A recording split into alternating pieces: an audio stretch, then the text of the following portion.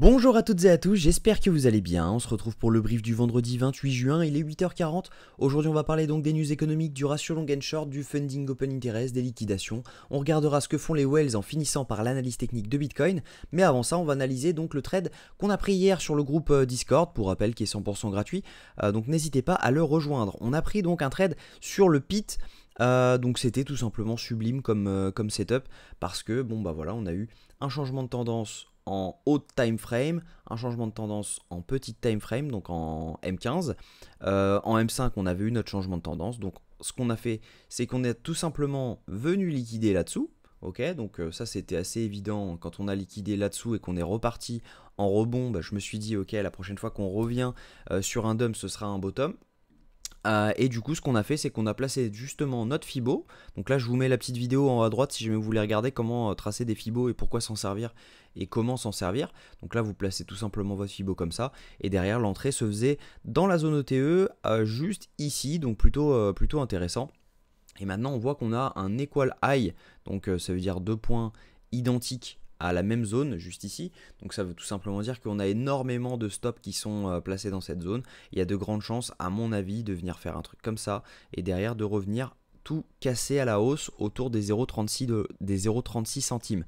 Sachant qu'on a déjà pris 50 centimes dans cette zone-ci.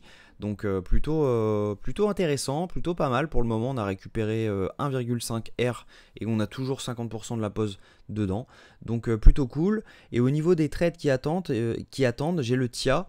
Même setup, sauf que bah, lui veut pas venir encore nous chercher. Je pense que c'est une question de temps avant de venir. Maintenant, voilà, on va voir si vraiment il a envie. Parce qu'il y a pas mal d'ordres qui attendent juste en dessous. Donc j'espère qu'on va être fill et qu'à un moment, bah, ça va repartir, quoi. À mon avis, ça va partir fort. Maintenant, est-ce que on va être fill? Ça, c'est la grande question. On a un FVG pile là où je souhaiterais entrer. On est également sur une zone OTE. C'est à peu près le même setup qu'on a eu sur le pit. Sauf que là, il est encore plus clean.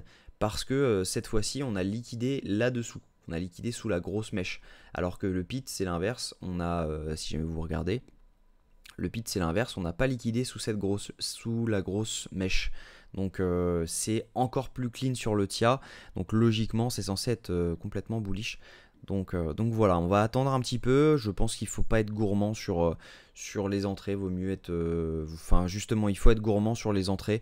Il vaut mieux en ce moment avoir des entrées pépites que de rentrer n'importe comment. Sachant que c'est largement probable, étant donné la liquidité qui s'accumule ici, qu'on soit fill. Donc l'entrée idéale, c'est 6,17. Il y a des chances qu'on mèche à 6,09.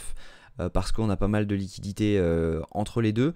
Mais voilà, moi c'est ce que je prévois de faire, c'est que à mon avis on va faire un truc comme ça. Donc ça peut aller très vite. Avec un SL à 5,87 pour un TP potentiel à 7,65. Donc ça peut être un joli trade avec un risk reward de 1 pour 4,92. Donc ça veut dire que si jamais vous risquez 1 dollar, vous pouvez gagner potentiellement 4,92 dollars. Donc plutôt pas mal. Et puis bon, on verra si jamais on a été fill demain dans la prochaine vidéo. Donc voilà, abonnez-vous pour ne rien rater. Au niveau des news économiques, aujourd'hui on va avoir, on a eu le PIB annuel et trimestriel de la Grande-Bretagne. On va surtout avoir à 14h30 le PCE Core qui lui a un impact direct sur les chiffres de l'inflation, qui par conséquent a un impact direct sur le consensus de la prochaine réunion FOMC et par conséquent sur les marchés. Donc à 14h30, attendez-vous à pas mal de mouvements si jamais on a une news imprévue. Pour le moment, on prévoit 2,6 et 0,1%. Voilà, si jamais on a un imprévu, ça risque de bouger pas mal. Au niveau du ratio long and short, il n'y a pas de mouvement du côté de Binance sur Bitcoin. On a quelques petits mouvements, voilà, on a 11 millions qui se sont rajoutés. C'est pas énorme, c'est pas suffisant pour impacter les marchés. En revanche, si jamais on regarde ce qui s'est passé sur les dernières 24 heures, donc on a eu juste ici, on s'était arrêté, voilà, on a eu juste ici pas mal d'ouvertures de short, ok, parce qu'on voit les funding et l'open interest qui montent. Donc les funding descendent avec des open interest qui montent, ça veut tout simplement dire que là ce sont des shorts qui s'ouvrent. Derrière, qu'est-ce qu'on voit? On voit un énorme dump des funding juste là, donc ça veut dire qu'il y a encore des shorts qui se sont ouverts. Et derrière, on fait quoi? On pump, ok. On a les funding qui remontent avec l'open interest qui ressort. Ça veut tout simplement dire que juste ici et juste ici, il y avait des liquidations et des stop loss. Donc on a fermé tout le monde, vous le voyez, hein, on a fermé même un petit peu plus bas que ce qu'on était. Donc voilà, on a fermé tous les longs. Derrière, qu'est-ce qu'on voit? On voit les fundings qui rebaissent, ok, juste ici, avec un open interest qui remonte, juste ici. Donc ça veut dire que tout là, juste là, c'est que du short qui s'est ouvert. Donc ça veut dire qu'il y a énormément de liquidité juste là, juste là, juste là. Ok, donc juste ici ensuite on a eu pas mal de longues qui se sont ouverts, mais bon c'est que dalle par rapport aux shorts qui se sont ouverts. Donc il y a de grandes chances à mon avis qu'on ait un nouveau rebond dans la journée. On doit avoir pas mal de liquidation à la hausse, même si jamais je vous l'accorde on a pas mal d'accumulation à la baisse, étant donné que on fait équal low sur équal low sur équal low juste là. Donc on n'est pas à l'abri d'avoir un joli dump, mais à mon avis ce sera pour rebond beaucoup plus fort ensuite.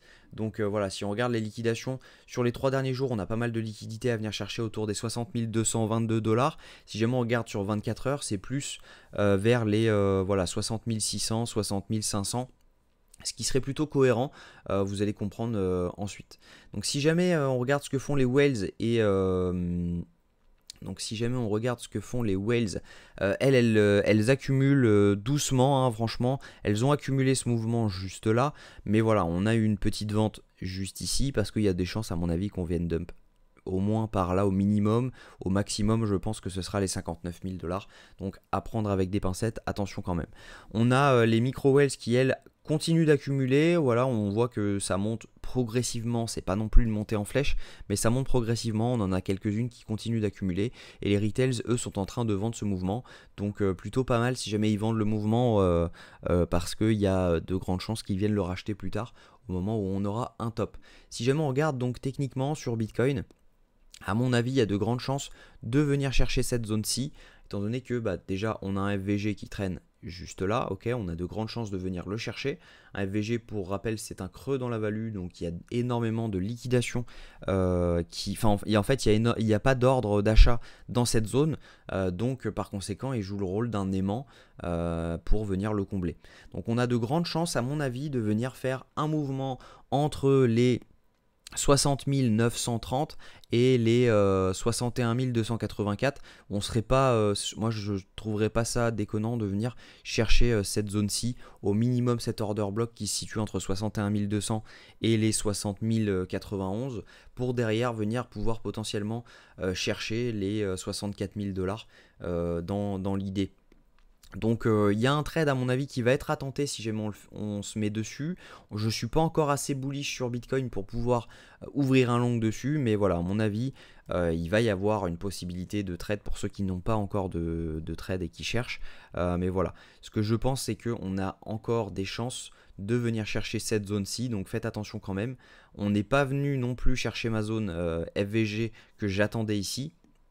Donc voilà la zone qui est entre les 60 600 et les 60 300 $. Pour rappel, on laisse un equal low juste ici à 60 600 $. Donc il y a quand même des chances de venir chercher cette zone-ci pour derrière pouvoir poser potentiellement un bottom et pouvoir tout simplement repartir à la hausse directement. Donc je ne vais pas poser d'ordre de long là-dessus. Par contre, ce que je vais faire, c'est que je vais bien regarder tous les alts parce qu'il y a de grandes chances qu'on ait un méchant dump sur tous les alts, tous les setups, etc. si jamais on arrive ici. Mais voilà, à mon avis, il y aura de grands longs à tenter si jamais on commence à y venir ici, parce qu'il y aura quand même une bonne panique qui va s'installer de nouveau. Donc il y a de grandes chances que les setups se réalisent et je pense qu'on va laisser tranquille ce lot autour des 58 200 $. Je pense que là, il est tranquille. On va pas venir le chercher tout de suite, du moins. Donc voilà, je pense qu'il y a de grandes chances d'avoir un petit dump dans la journée pour avoir un rebond assez extraordinaire pour venir liquider toutes les liquidités qui s'accumulent juste là. Et même chose, hein, on en a énormément. Ici, on a un equal high juste là. Ici, on a pas mal de liquidités. Ici, on a pas mal de liquidités. Donc il y a de grandes chances d'avoir un gros rebond prochainement, incessamment sous peu. Mais voilà, à mon avis, on va avoir une entrée plutôt pas mal sur les alts, donc c'est pour ça que j'attends mon ordre sur le TIA et je le maintiens. Voilà, je vous souhaite une très bonne journée, j'espère que cette vidéo vous a plu. Si c'est le cas, je vous invite à vous abonner et à liker la vidéo. N'hésitez pas à activer les notifications pour ne rien manquer des prochaines vidéos. On se retrouve demain à la même heure, prenez soin de vous.